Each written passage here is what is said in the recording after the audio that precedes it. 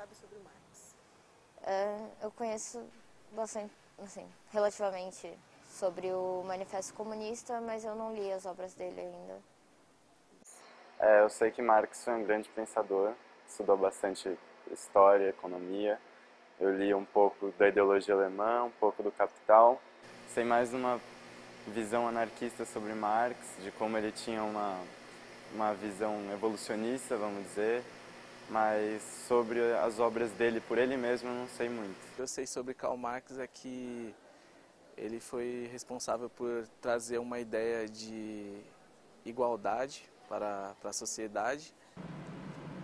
A Universidade de São Paulo é uma das mais importantes do Brasil. Com mais de 5.000 professores e 93.000 alunos, muitos grupos de pesquisa estudam a obra e a vida de Karl Marx. Daqui também saiu a primeira biografia em português baseada em documentos 100% originais, em obras escritas na língua do próprio Marx. No Brasil, não há biografias estrito sensu de Marx, né, baseadas em pesquisa, em fontes primárias. Existem livros, Vida e Obra de Marx, que até falam da sua filosofia, mas a parte da vida é simplesmente baseada em fontes secundárias, copiadas de algum outro texto. Então eu resolvi eu mesmo fazer então essa primeira biografia brasileira e na verdade latino-americana, porque na América Latina também não havia.